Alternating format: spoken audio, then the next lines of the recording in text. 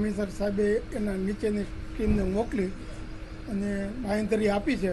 અમે વહેલા આની ઉપર કાર્યવાહી કરશું અને સીટની રચના કરશું.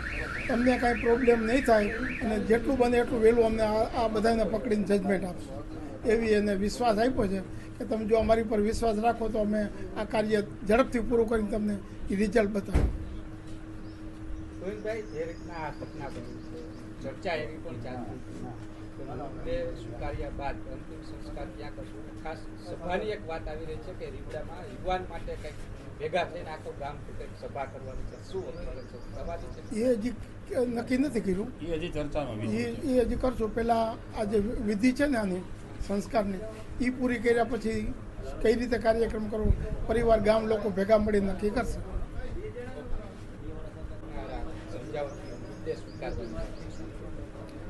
પોલીસ અધિકારી અમને આશ્વાસન આપેલું છે કે અલગથી સીટની રચના થશે અને બાંહેધરી આપેલી છે, કડકમાં કડક સજા થાય.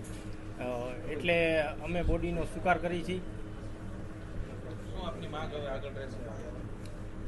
માંગ તો એને કડકમાં કડક સજા થાય અને જે કોઈ આરોપી છે એને સજા થાય એવી માંગ છે. જે લખેલું જ છે એમાં એફઆઈઆરમાં. તમારી કોની સાથે વાત થઈ, શું વાત થઈ? મોટા અધિકારી યારે.